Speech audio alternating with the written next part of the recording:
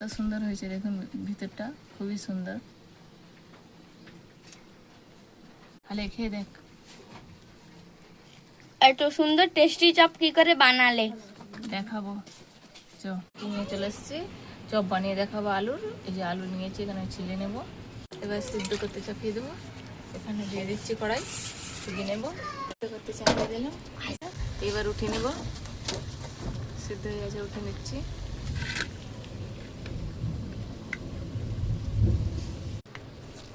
চপের জন্য গোটা জিরা লাগবে, এখানে ভেজে নিলাম। নিয়েছি, নামিয়ে দেবো। বাদামটা ভাজবো, ওই জন্য তেল দিয়ে দিলাম। চপে চীনা বাদাম লাগবে, চীনা বাদাম দিয়ে দিলাম। বাদামটা ভেজে নিয়েছি, এইবার উঠে নেব।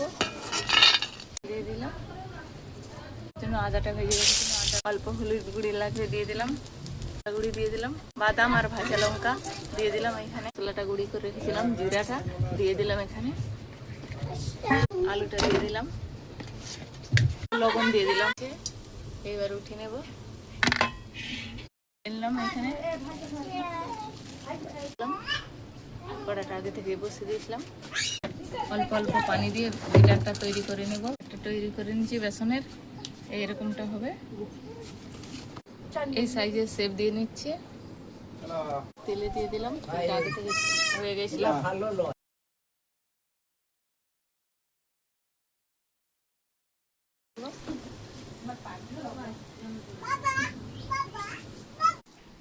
চপগুলো কত সুন্দর হয়েছে, পুরো দোকানের মতন নরম তুলতুলে, পুরো দোকানের মতনই হয়েছে, খুবই সুন্দর।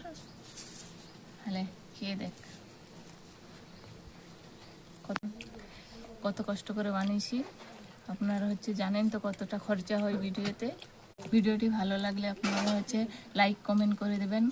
অনেক কষ্ট হয় ভিডিও বানাতে, যেটা আমার পক্ষে সম্ভবই নয়, আমি তাও চালিয়ে যাচ্ছি। ভিডিওটি ভালো হলে লাইক কমেন্ট করে দেবেন।